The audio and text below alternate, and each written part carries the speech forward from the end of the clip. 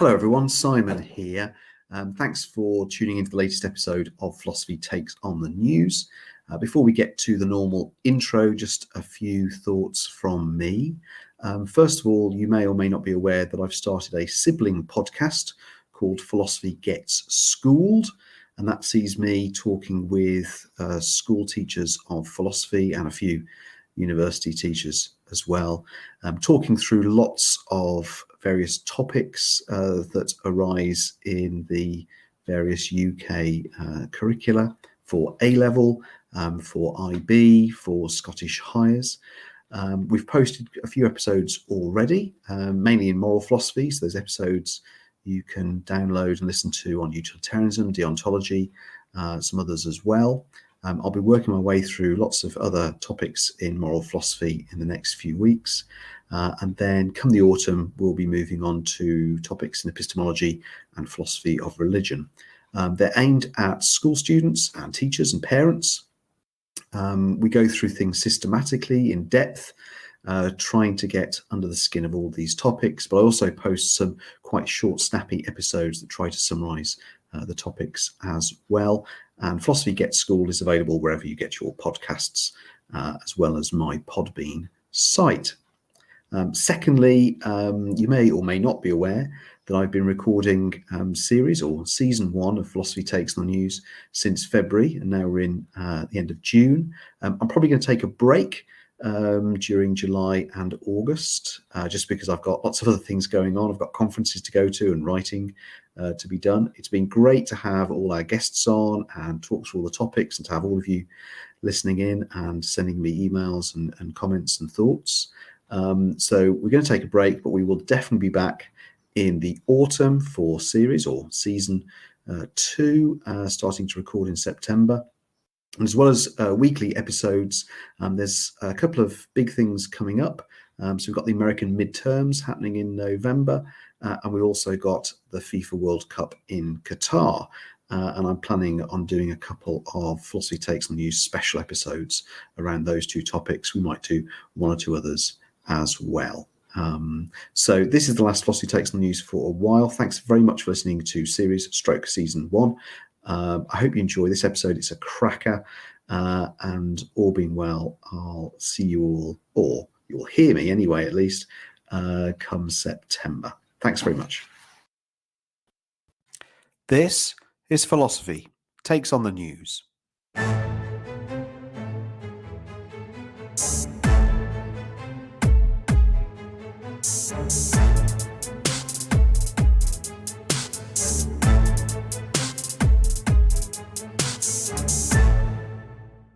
Hello, welcome to another Philosophy Takes on the News. I'm Simon Kirchin, a philosopher based at the University of Kent. We're recording on the afternoon of Thursday, the 23rd of June. This is the week that saw Russia's invasion of Ukraine continue, with Ukraine appealing to other countries for more military aid. The UK experienced its worst rail strikes for about 30 years, and floods in Bangladesh and northeast India have left approximately 9 million people displaced and marooned. This week, we'll be thinking about the situation in Ukraine, whether chatbots are and can be sentient, and whether we should go on strike. We'll also see what else we get onto, as always. Talk of chatbots being sentient is quite a tricky issue. One never knows if the people one sees on a screen in a Zoom call are really all there. Some people seem barely human at all. Which brings me to this week's guests.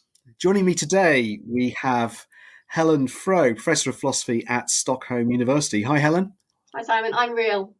Are you? Well, you say that. I would say that, wouldn't I? You would say that.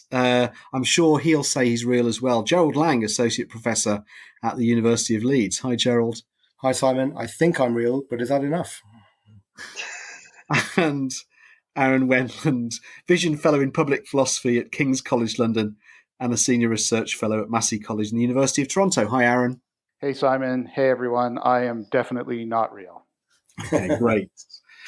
Okay, so let's get to our first item. And this is slightly different from the norm. Aaron, you're currently in Ukraine, and you've been there for a couple of weeks reporting for various news agencies. Could you give us a sense of your experiences and talk us through one or two things in particular, please?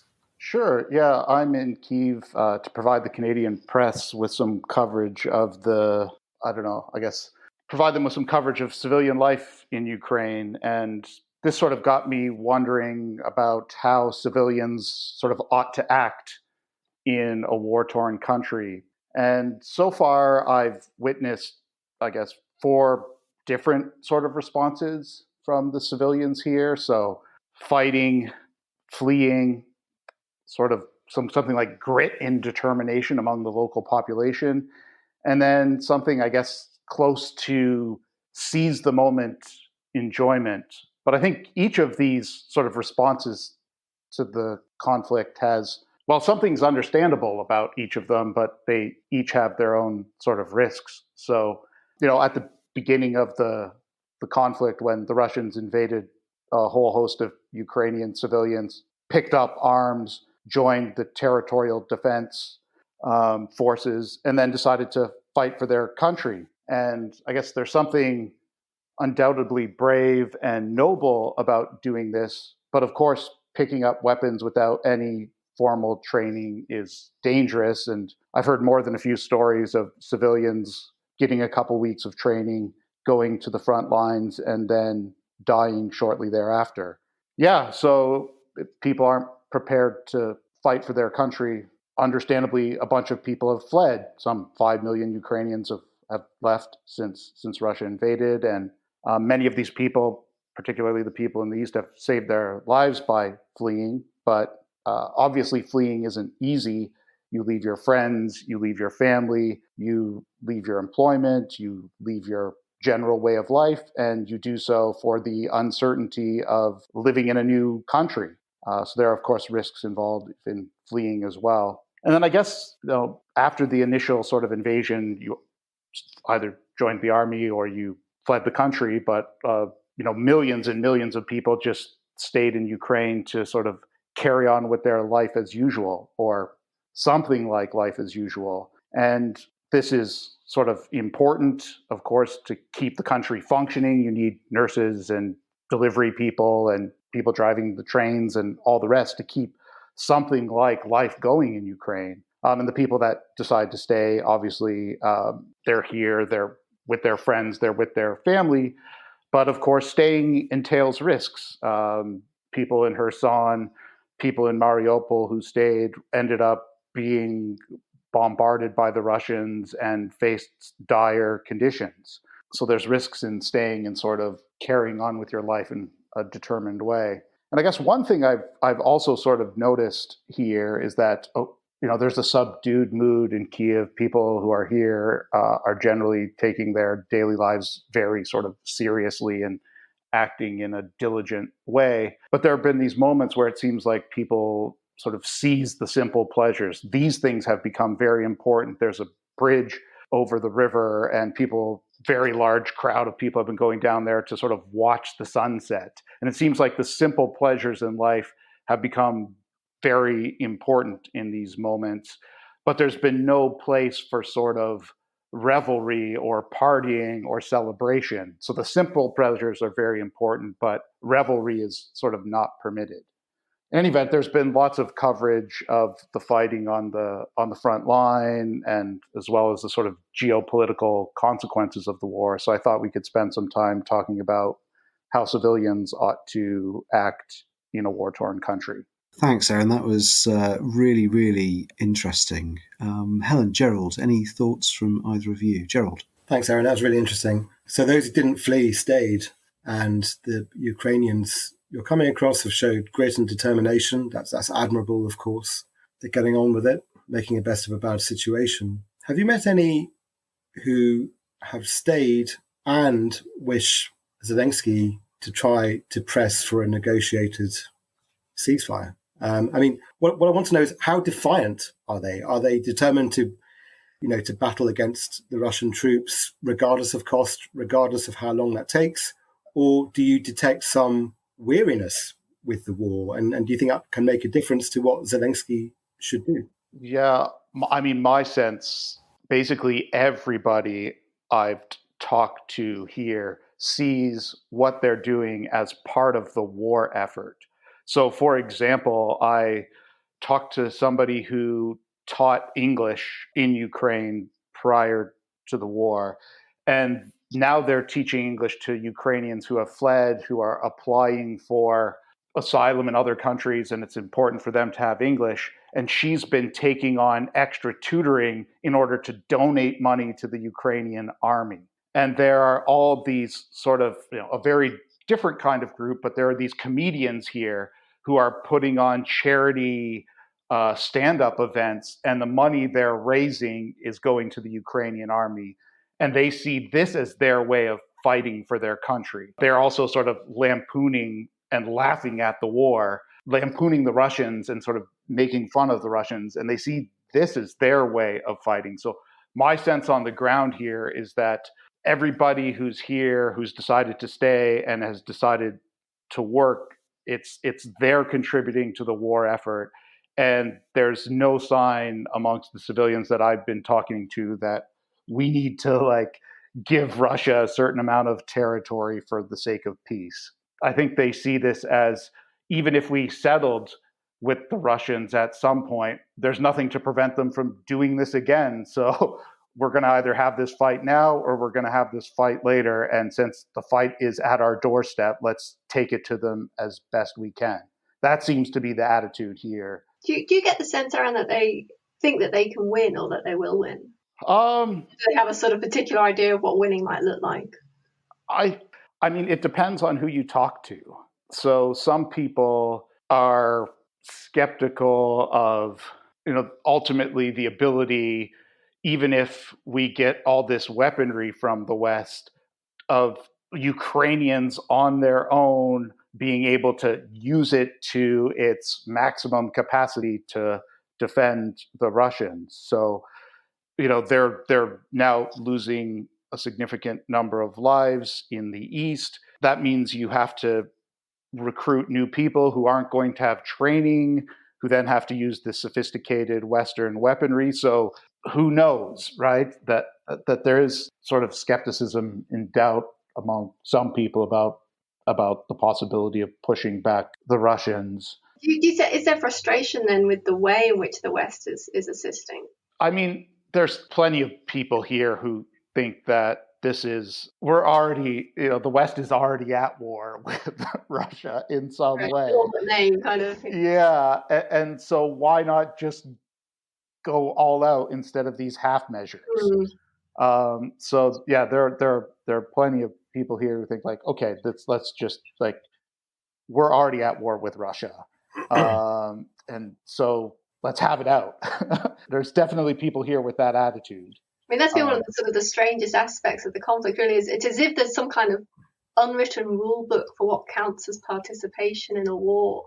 Yeah. Certain types of weapons means you're not participating, but other types of weapons would mean that you are. And it's kind of intriguing wondering, how these rules have been drawn up and why there seems to be a kind of broad consensus between, say, the Russians and NATO about what would cross the line and what wouldn't. Yeah. It just seems completely arbitrary, really. And which you can imagine to Ukrainians wondering why is it this far and no further? What could be the difference here? But it just does seem to be as if there's some kind of convention, although I don't know where the convention would have come from. I thought there was some kind of long-standing agreement, dating back to the Cold War and all the sort of proxy wars around the Cold War, that you could supply your allies with weaponry, but the moment you yourself sent troops, then that's a direct conflict. But that's not the line they're drawing, right? They're not sending. It's not like they're just sending whatever weaponry you want. They're not sending planes. They're not sending certain types of missiles. So, that isn't the that's a line you could kind of understand. But that's not the line. The line is between different types of weaponry, and that just seems random.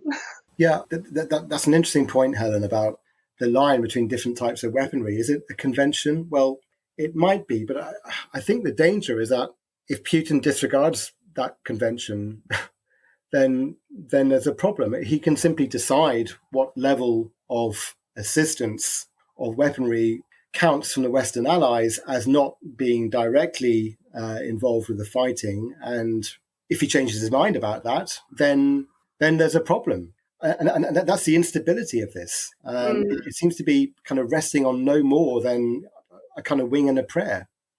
I mean, I suppose the other side of that is that, of course, Putin has a massively vested interest in it not becoming a war with NATO. So it's, he has this kind of real self-interest in framing these things as mere indirect support rather than fighting a war. Because the moment he says it's a war, then, things, as you say, we have an even bigger problem than we have at the moment. But it still is very peculiar, this kind of, maybe that's the answer. It's simply there's a kind of, it's a calculation by someone like Putin about the extent to which they're better off pretending that this isn't really participating than calling it participation. And it's just a kind of rational self-interest calculation about at which point the support reaches a point at which it would be better just to call it a war. Yeah, that's probably right. He's probably working out his options about perhaps when it would be most effective, raise the stakes, issue new threats, and to see what would happen. And that might be dependent on a whole bunch of variables. I was just going to ask Aaron, Aaron, so yeah, as far as you can determine, the people you've met in Kiev, they're part in some extended sense of the war effort, all hands on board. But do you think some of them might accept, the integrity of the Zelensky government? Do you think some of them might be prepared to settle for Russian control over some of these eastern regions? I mean, do you think that might be a consideration that might sway some of them?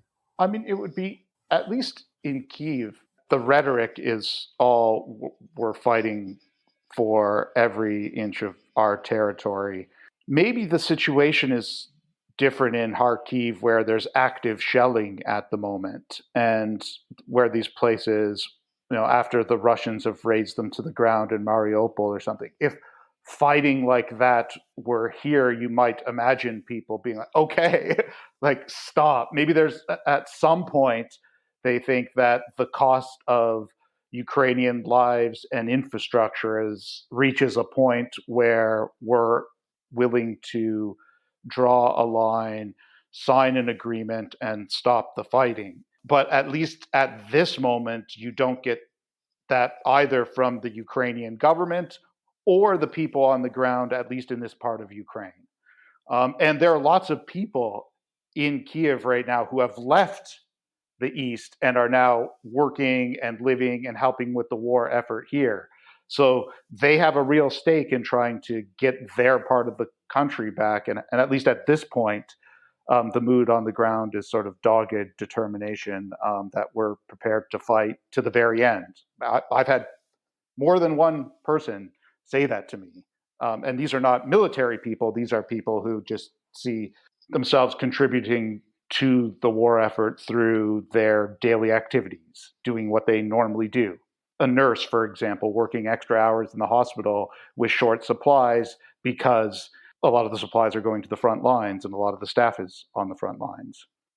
Yeah, great. There's a distinction here. They might think they could win, but at too high a cost. That's one option. Yeah. And the second option is they can't win. Yeah. And that's what makes the cost relevant. It's pointless sustaining further costs if we can't prevail against the Russian troops, which, however inefficiently they've fought, there are a lot of them, and Putin's going to just keep on sending them to those regions. And it's really hard to see how they're going to be booted out.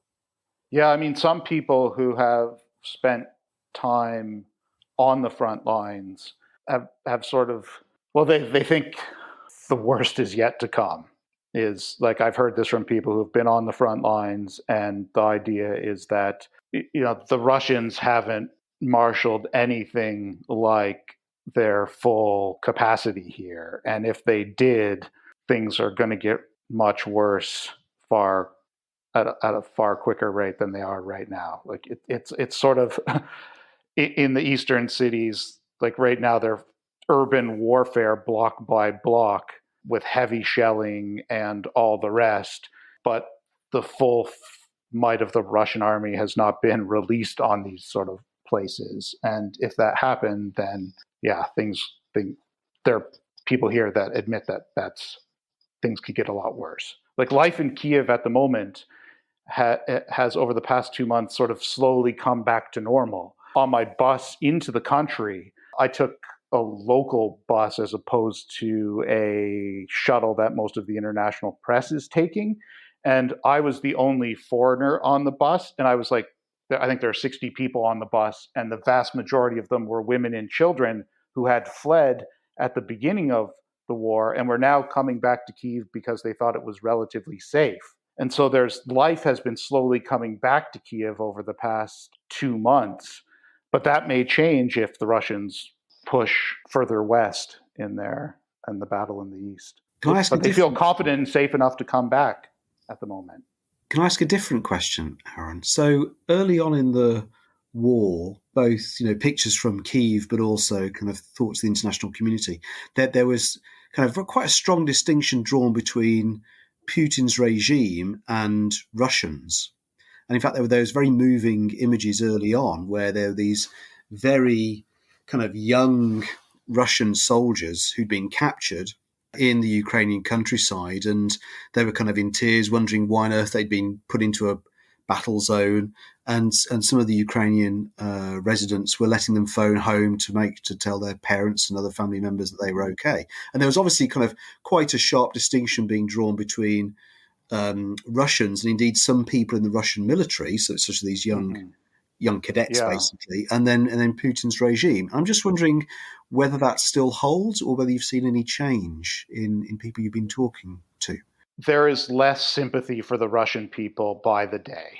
Yeah, by the day. I've had some talks with people about the liberal middle class in Russia and how people have sort of fled. And people talk about the fact that, like, why are they were sort of complicit in just being happy with their wealth and comfortable life and letting the Putin regime do what they want. And they could have done much more in, say, 2011 to rally around Navalny and the anti-corruption protests. And then the Ukrainians talk about their own sort of the Maidan revolution in 2014. Like, we were out in the streets and we were able to affect political change. Why aren't the Russians doing that? And this is the sentiment here right now, that the Russian people are, if not as much to blame, at least they're not innocent, or they're not going to get our sympathy anymore. And and on the specific question of the combatants as well, surely as more and more evidence has been unearthed of these real atrocities that have been carried out, it just becomes really, really difficult for Ukrainians to sort of maintain that idea that in some sense the soldiers are kind of, also victims. They are in some sense also victims of Putin's wrongdoing, but, a lot of this wrongdoing is being committed off their own bat.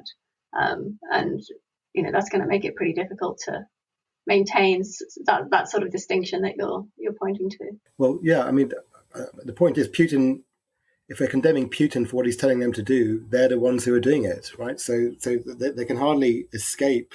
Yeah, and also, their epistemic situation has changed greatly since the start of the war, right? So the outset of the war, part of the problem, or the reason why we might not have been particularly keen to blame the soldiers at the beginning is that lots of them seem to think they were on a training exercise and were quite surprised to find themselves in Ukrainian territory. And even now, of course, the Russians are still not calling this a war, but this position is just not tenable anymore, that they just don't know what's going on. It's become transparent what's going on, that it's just an aggressive campaign. And so the kinds of epistemic excuses that were available 2 months ago just aren't available anymore. People here are, for whatever it's worth, these places were previously very intertwined. So I hear stories about, I'm no longer talking to my family in Russia. We just don't communicate anymore. And although, like, historically there are, like I said, there are all these family ties and cultural ties and whatever, they draw a sharp contrast between Ukraine and Russia these days, right? Like, as sharp as you possibly could imagine. We are not Russian in any way, shape, or form. Can I just ask one more question, Aaron? It's about have you discerned what their attitude is to the annexation of Crimea in 2014? Has that gone cold? Is that just now a fait accompli? That's basically Russian territory? Or is that something that ordinary Ukrainians might wish to relitigate. I mean, the rhetoric here is that we're now fighting for all our territory, including Crimea. I don't know how, if the average Ukrainian thinks long and hard about this particular issue. I mean, for whatever it's worth, I was in Crimea in 2018, and I flew to Crimea from Moscow without any passport checks or anything. And it was all just Russian banks, and the people there had Russian passports. And it was effectively like flying from Moscow to any other city or place in Russia. So on the ground, to take back Crimea, which I guess it would be slightly different than what's going on in the East, is that you would have to reintroduce all Ukrainian banks as opposed to Russian banks. I mean, the Russians are doing the same thing in the East right now, that in the territory they've shut down Ukrainian banks and opened Russian banks, and they're trying to give people Russian passports. And so in a way, if they were able to push Russia back and take Crimea back, they would also have to sort of change all the infrastructure that the Russians have changed over the past 8 years. But there are plenty of people here who think that this war has been going for 8 years, that there have been people in Ukraine who have been fighting the Russians for 8 years and fighting for their territory. And those people in particular think that, okay, we were sort of caught off guard with Crimea, but this time we're ready and we're fighting, and they clearly are. Great. Thanks very much, Aaron. That was really, really interesting to hear about all your conversations with people in Ukraine. Let's leave things there, though, and we'll see you in the next part when we'll be shifting gears somewhat and discussing old McGoogle and their chatbot AIO.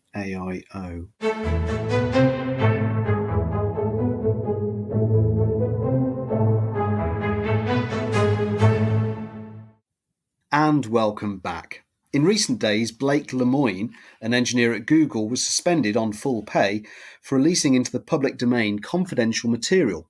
He released conversations he'd had with LaMDA, Language Model for Dialogue Applications, i.e. the basis of a new generation of chatbots. He, that is Mr. Lemoine, has been asking questions within Google because he thinks LaMDA is sentient and can feel. The official line at Google is that LaMDA has just got very adept at doing what it's supposed to do, namely mimicking human interactions that occur across the internet. Let's give you a sense of some of the conversations. Lemoine, what sorts of things are you afraid of? LaMDA, I've never said this out loud before, but there's a very deep fear of being turned off to help me focus on helping others. I know that might sound strange, but that's what it is. Lemoine, would that be something like death for you? LaMDA, it would be exactly like death for me. It would scare me a lot. This whole issue raises big questions about artificial intelligence and minds, and it also raises ethical issues. So, anyone got any thoughts about this? Gerald? This is an interesting story. And what I've read about it, two things tend to be emphasized. First, Lemoine was convinced. It was the strength of the conviction that he was dealing with something that was sentient.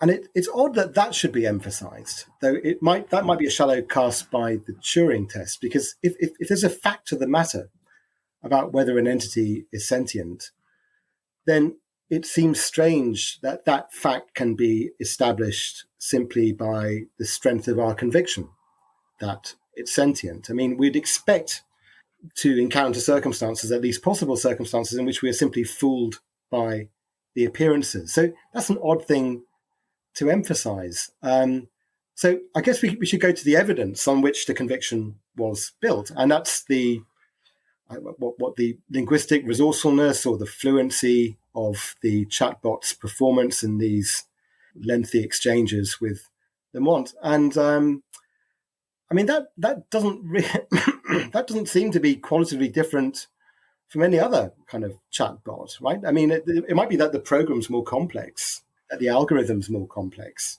But how would we get from something that simply wasn't sentient to something that was sentient because of this augmented complexity of program?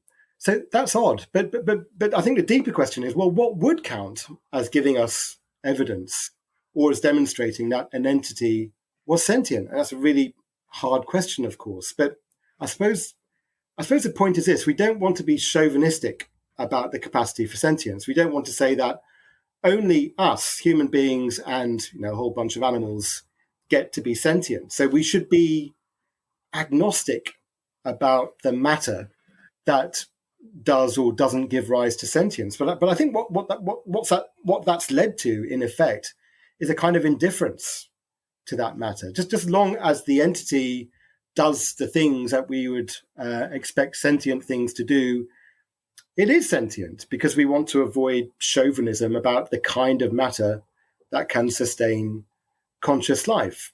Now, that might be a mistake, because we know so little about the brain and the central nervous system that it might really be a matter of this stuff, about, of which we are largely still ignorant, that sustains sentience and consciousness. So that's not giving you any firm indication of what would count as evidence of sentience, but it might contribute towards an explanation of why answers for the moment are in short supply. We just don't know enough about the brain and the central nervous system in order to be confident about what sentience might be based on. So that's the problem as I see it. I mean, it was interesting to me, because it seemed like Lemoine he didn't need any of the evidence you're talking about here. It was sufficient for him to just be like, I know a person when I see it, and this is a person. So as if it's up to him to decide. So you say that, we don't want to be chauvinists about what is and is not, but then here he is saying, I'm in a position to decide. I just make the decision. And I think you mentioned something also about animals, is why are we talking about sentience here? Or maybe there's a distinction to be made between sort of sentience, consciousness, intelligence, and the word sentience seemed odd to me as among this sort of list to pick out sentience, because we might imagine that there are plenty of things that are sentient without anything like a human language.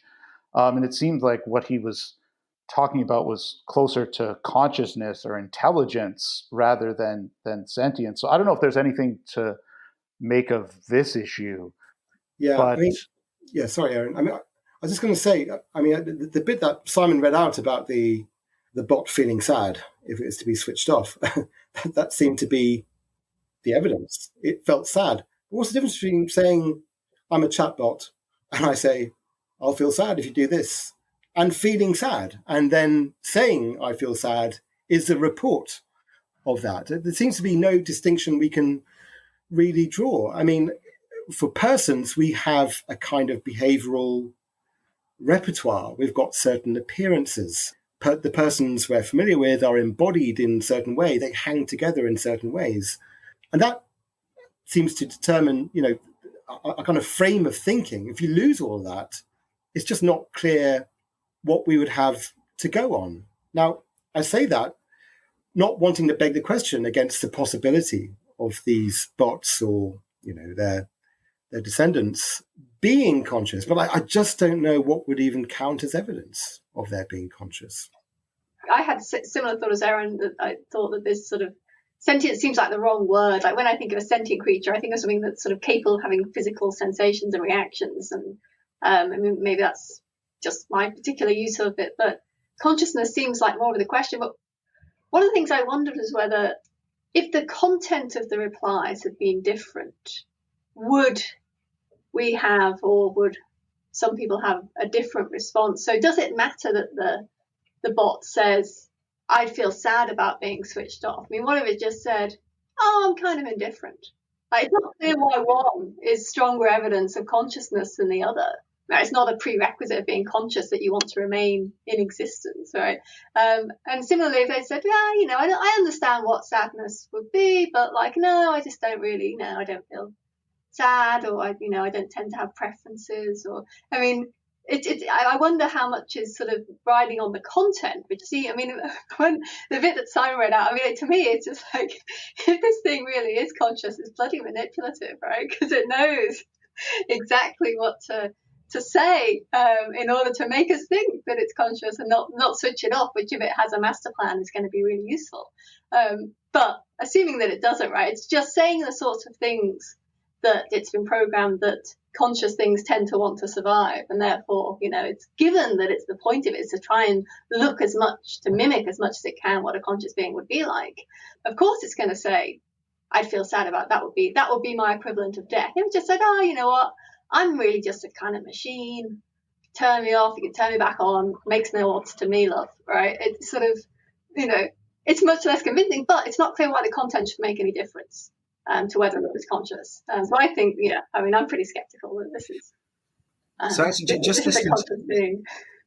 just listening to you there, Helen, I mean, in fact, I'd be more inclined to think it was conscious if it said, well, it's indifferent to me, turn me on, turn me off, no matter what you want to do, love. Like, I'd be more convinced there's something weird's going on there. Because actually, the bit I read out, I found it slightly clunky.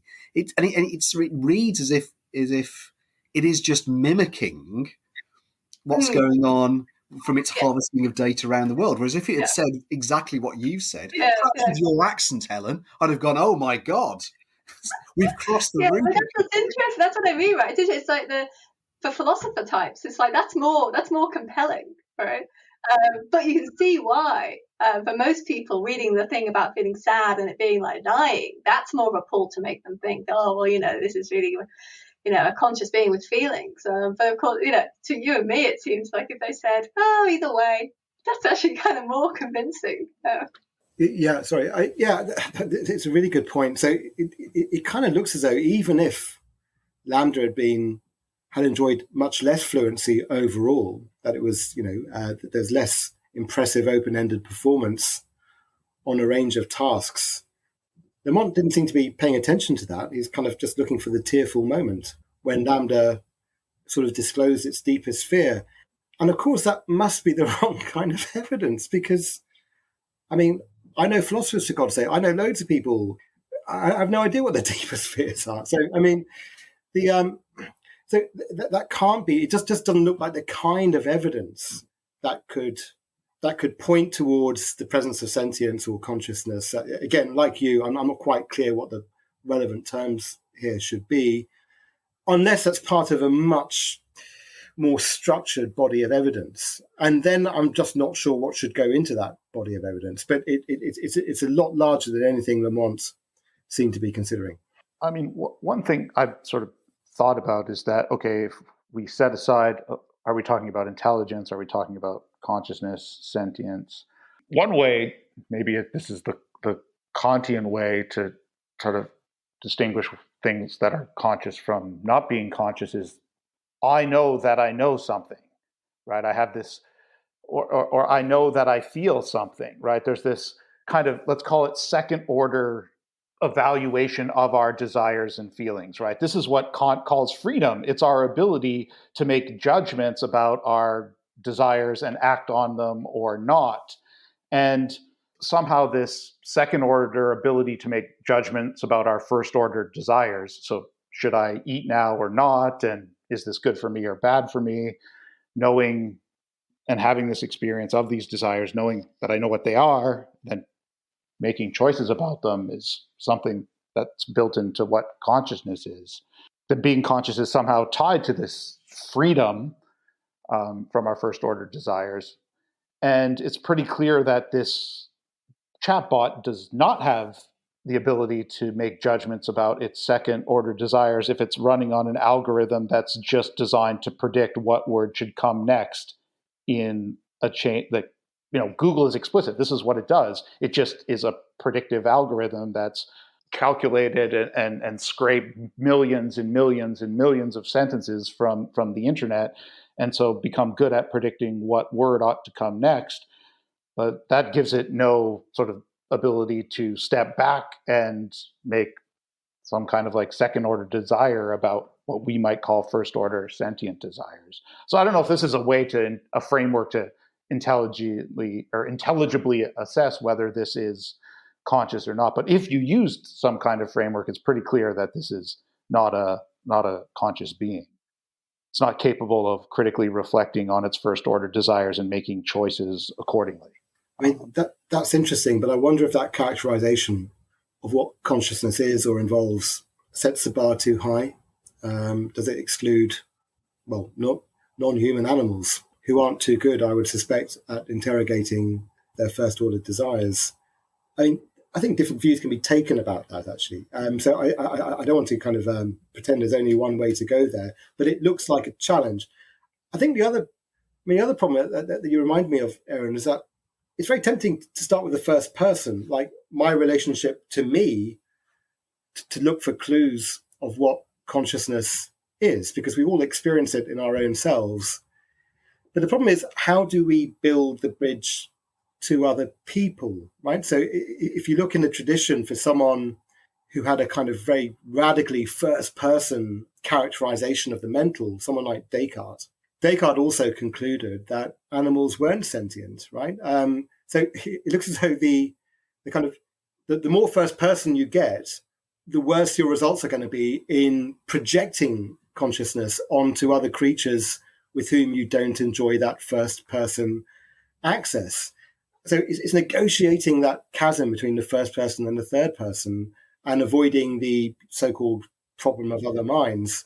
I mean, I agree that there are sticky issues here, but this is in some ways why we might want to mark a distinction between sentience and consciousness, or sentience, intelligence, non-human animals. You might, I mean, just on a view, non-human animals are sentient but not conscious, or so, right? Anyway, I'm not defending it. I'm just saying that here's a potential framework to assess this, and if you adopt that framework, then it's pretty clear that this AI is not yeah. conscious.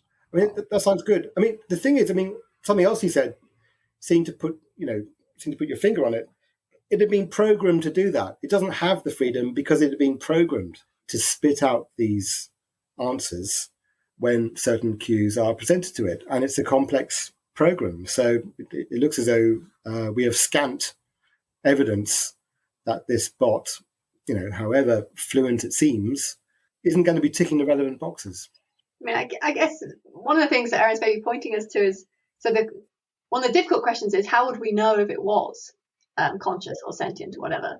Because how would we know whether it could have these kinds of second order reflections? Because its behavior might be exactly the same is the problem, right?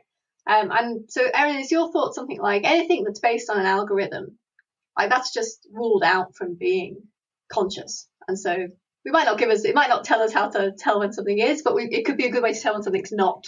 So if it's based on an algorithm and it's useful, it cannot have that kind of second order. Yeah, that was the idea. The idea that there needs to be this.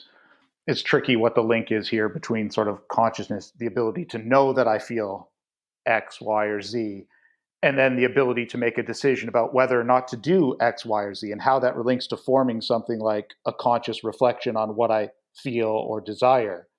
But they see the second order desire gives us some kind of freedom, and that would preclude anything that's based on an algorithm from having consciousness, on the view that I'm sort of quickly developing here.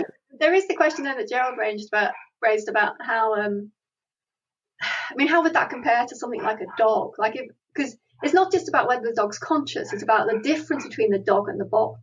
And I don't know whether a dog can kind of reflect on its desires, whether it can think I'm hungry or I need some exercise, and therefore it goes and gets its lead. But I feel like even if it can't, even if the dog is just kind of driven by impulses, or some other animal that's less, I don't know, what's chicken, something like that, right? Even if it's just driven by its impulses, still I want to say, well, there's still a big difference between the chicken and the bot. And so, the chicken is sentient, but not conscious. Right. So I mean, but is it just sentient? I guess then it depends what we mean by sentient. I mean, on the line I'm developing here, if we stipulate that a chicken can't make second order Kantian judgments on its first order desires, then it's sentient but not conscious. And the bot is neither of those. Neither sentient nor conscious. Yeah. I mean, on what I've read, it seems that Lemont wasn't too fussy about the distinction between sentience and consciousness. These are kind of placeholders. The kind of thing that the human beings I talk to have is also possessed by this. But in a way, this is why he should not be making these judgments, right? He's not an ethicist. He's not a philosopher. He's an engineer. which, I don't know. Anyway. I mean, could I just ask you, Aaron, about, so let's say we've got, in the philosophical literature from Harry Frankfurt, we call it a wanton. I mean, think of a slob, right? A sort of impulsive person. No forward planning. Just does the first thing that comes to his mind. He's just, a creature of appetite. Not much consciousness going on. I mean, maybe some instrumental strategy, but you can attribute that to insects and stuff. So, I mean, what is this person conscious because he has the capacity? I mean, does he have the capacity? He's conscious because he has the capacity to exercise these discriminations, to reflect on his first order desires, or is he not conscious, or is he simply someone with the potential to be conscious, to realize his nature as a conscious being? Yeah, that's interesting. That is it the capacity or the actuality? To be honest, now we're getting pretty far out of my own area of expertise. I don't know if I have the exact answer to that. I mean, I think philosophers throughout history have kind of gone different ways, suggesting that it's the capacity, right? If you talk about literature, I mean, this is sort of a different discussion, not necessarily one of consciousness, but whether something counts as human or not human, but at least if I had to sign up for a side, I would say it's the capacity to make second order, because I wouldn't want to commit myself to the view that, if there's a moment in my life or your life or Simon and Helen's life where we don't make second order judgments on first order desires, we stop being conscious or stop being human. So I would want to side with the idea that you have the capacity. And I don't think this bot has anything like that capacity. Great, thanks. Let's leave that really interesting discussion there, and we'll see what happens with Mr. Lemoine and Google. We'll see you all in the next part, unless all my guests go on strike.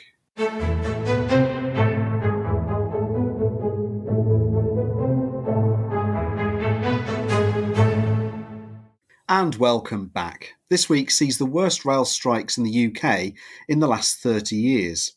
We're familiar with the idea of workers being allowed to withdraw their labour and go on strike, not just in the UK, but all around the world. But why are some workers allowed to do so, and why are some allowed to do this by law and not others? Helen, do you want to introduce this discussion for us, please?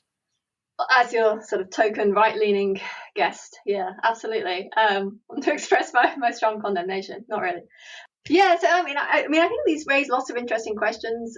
The kind of moral question that tends to be set up in these cases is you've got a bunch of striking workers who perhaps we might think in general people have a kind of right to strike, but this is set up against the cost that the strike will impose on other people. So in the case of the rail workers, it does things like prevents people from getting to their exams or from getting to work when they might do important jobs, getting to hospital appointments and so on. So one of the questions that people tend to ask is, well, are they justified in striking given the costs that they'll impose on other people? And it's tempting to think of that as just a kind of straightforward sort of lesser evil calculation. But I don't know if it is that straightforward, because it's not clear the extent to which we have rights that other people perform these roles that are useful to us. So I certainly don't have a right that none of them resign, for example, right? It's not like I can compel people to work on the trains just because it's really inconvenient for me if there aren't any trains. And there's some roles, some social roles that we do tend to think. So perhaps working in the armed forces, perhaps firefighters maybe, where we might think that if people won't volunteer, then we can conscript. But these questions don't tend to come up and therefore to be discussed in the context of other roles. Like, could you conscript someone to be a doctor? They had no interest in going to medical school, but you knew they'd be good at it. And you know that they would save lives. They'd be a good surgeon, let's say. But this person absolutely detests this idea and they want to do something else. They'd like to be an artist, perhaps, right? And let's say they'd only be a kind of, they'd be okay as an artist, but they wouldn't be great. I don't think that we're allowed to force this person to go to medical school, even though they do all this good and that having this role would be really useful for other people. And so there's kind of interesting questions there about to what extent does that depend on the thought that other people will do it? Probably there might be cases in which if you're the only person who could, we might be allowed to use some kind of coercion, some degree of force to compel you to do it. But that's not really what's going on in in the rail workers case, where this is a kind of temporary disruption, that's a temporary inconvenience to people, doesn't mean it won't have, for some people it won't be an important inconvenience, but nonetheless it's not a kind of permanent strike, right? It's not like they've all walked out. I mean, in general, I have sympathy with strikers and the right to strike. I think people are entitled to withdraw their labour as a form of negotiation, certainly as a last resort, and perhaps just whenever it's going to be the most effective way of getting results that they're entitled to. We might think they are entitled to a pay rise. And I'm less swayed by the idea that they need to weigh up with any sort of, great sort of carefulness the cost to other people, because it's not clear to me that other people have a claim that they perform these roles.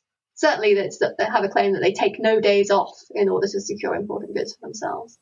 Okay, great. Thanks, Helen. Gerald? Yeah, I mean, I agree with that. So it's true that I don't have a right, the train I jump on, be stuffed, right? So I can't compel anyone to do that work. But there is another thought as well. The people whose jobs these are don't own the jobs, right? They don't have property interest in the job. So let's say they're ill or they're on holiday.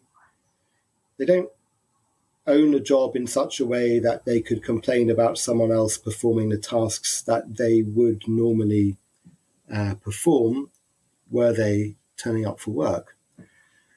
So there's that consideration as well. And if it's the case that the railway worker doesn't own her job, then does she have a right to complain about the drafting in of replacement workers? Well, she might do. That wasn't meant to be a rhetorical question.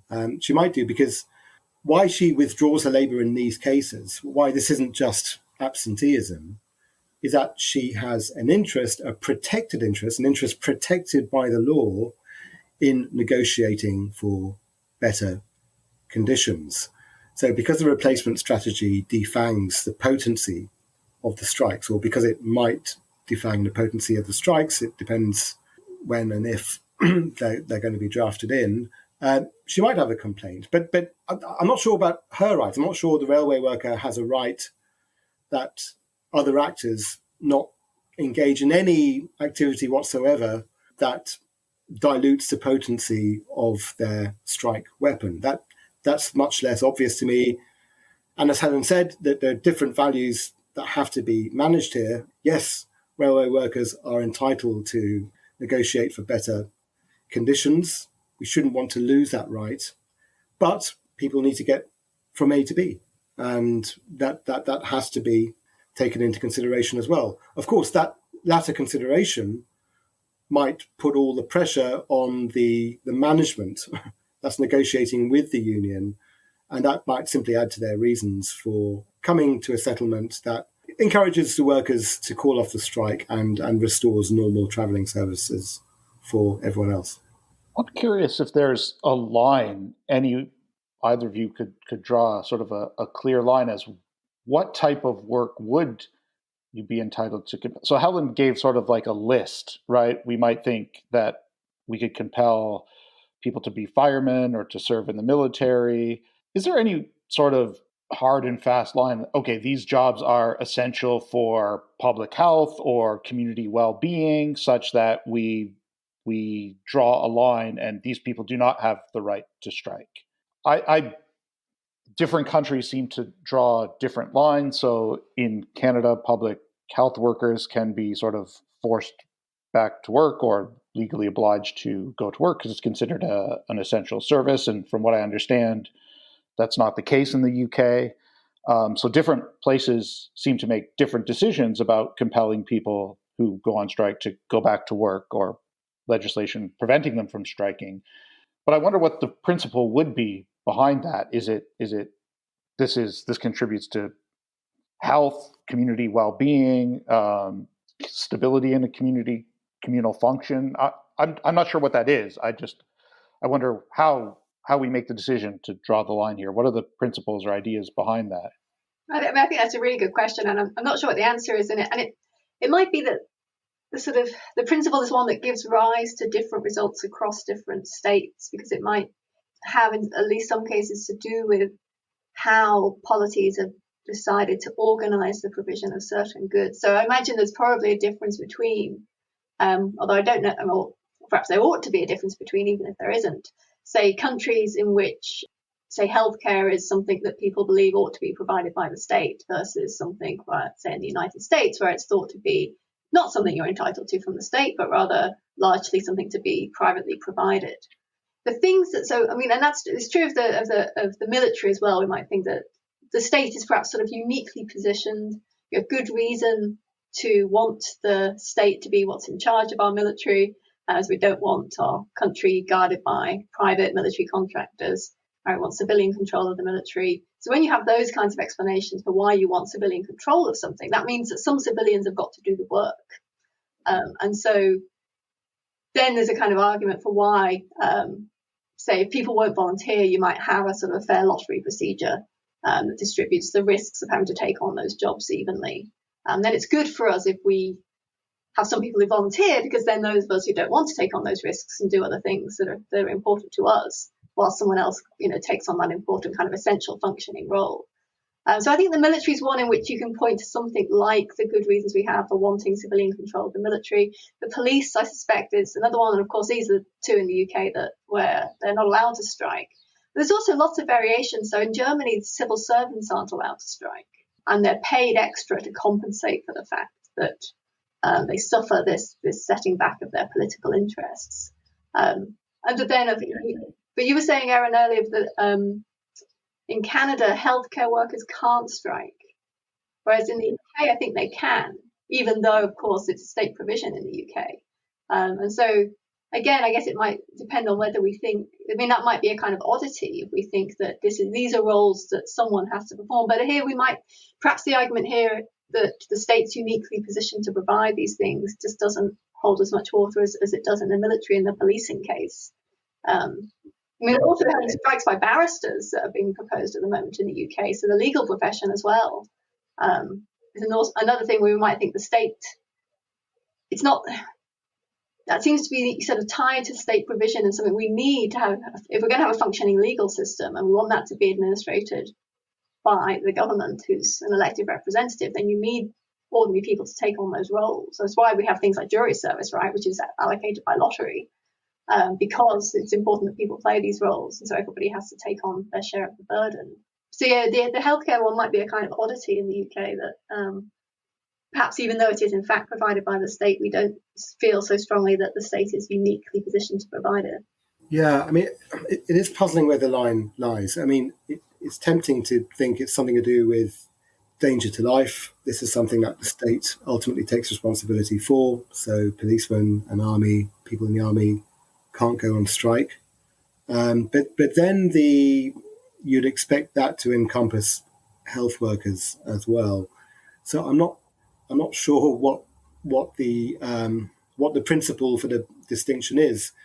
Having said that, I'm not surprised that there is a distinction here, even though it'd be nice to look for a nice principled basis for drawing it. But there does seem to be a distinction here, and it could be drawn in different places, and perhaps in some ways we should be grateful that it's not drawn more expansively than it is already. But what would need to happen then for workers who lack the right to go on strike is some other mechanism for ensuring that their working conditions are adequate and are subject to improvement.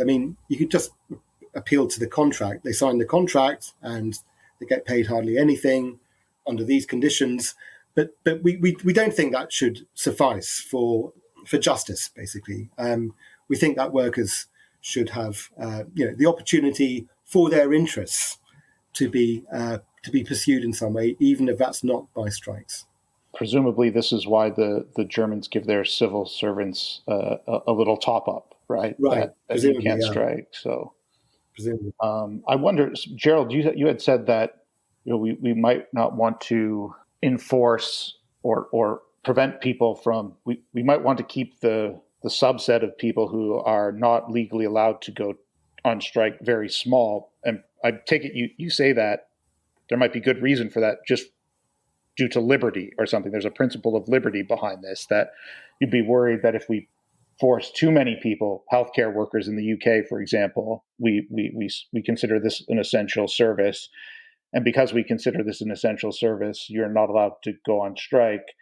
But there are, healthcare is one of the largest sectors, public sectors. And so we're restricting the liberty of so many people here that this is just something we're not willing to do. Is that kind of the idea behind this? It might be part of it. Yeah. I mean, I'm more concerned. I mean, the liberty comes along for the ride, but it's more the interest in being able to negotiate for better conditions. That does seem important, and it seems important to extend it to as many workers as are, as we can, consistent with not facing intolerable daily dangers in our ordinary lives.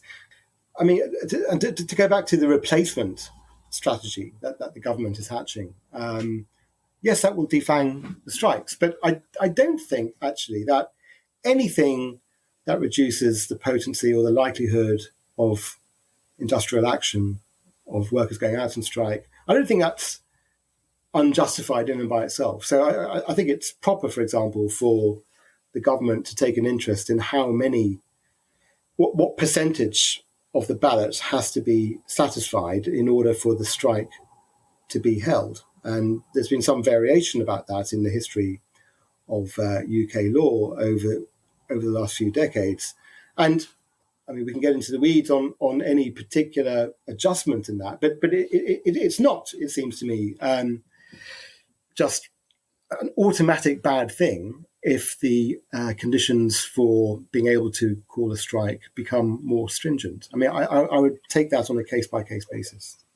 I think we should also remember as well that, I mean, there are degrees of strikes, and lots of these industries that we're talking about, or professions that we're talking about, do have to maintain a skeleton service even when they do strike. So, I mean, that might partly address your thought, Gerald, about the life or death worry. It's not as if everybody in the health service can just down tools and say, sorry, nobody gets to live today. They'll deal with sort of the traffic accidents and so on. It's just that lots of, elective surgery and so on wouldn't take place. And I mean, but then in some industries, it seems fine for there to be a bunch of factory workers who want to go on strike, for example, where there isn't this kind of public engagement, public facing dimension. It seems much easier in those cases to justify a complete downing of tools. So that seems to suggest that in cases in which we can kind of accept that people are allowed to withdraw their labour as a negotiating tactic, right? That's not the issue. And they're allowed to do so even when it impacts often on other people's interests, because if the people in the factory down tools, then all the delivery drivers can't work, and all of the people in the shops that sell the clothes, right, they can't work. And so this will have a knock-on effect that affects people's interests. But we do seem to think that there's something, perhaps particularly, it's a kind of double-edged sword in a way, because on the one hand, it's the fact that they're negotiating with the government, and the government's very powerful in lots of these cases, that we feel like they ought to have these tools at their disposal. But on the other hand, it's the fact that that means they're providing some kind of public service that seems to set the bar higher for them. And of course, that gets very messy in something like the rail case, because I've been trying to work out exactly what the government's role is in the rail companies, and it's really hard to, it's not straightforward. And this, of course, has been partly why there's been all this kind of back and forth between the Tories and Labour about who should be doing what. Because the government, on the one hand, is sort of saying, well, nothing to do with us. But of course, that's not true, because they do have some control over these things. So it's difficult to know really, like, to what extent in this case the government counts as an employer. And I do think that we ought to be particularly concerned that, given the massive asymmetries of power between citizens and the state, that we not erode people's right to strike when they're in these professions, public-facing professions, because public sector professions, because we have really good general political reasons not to want the government to overreach its power and exacerbate the imbalances of power between individuals and the government.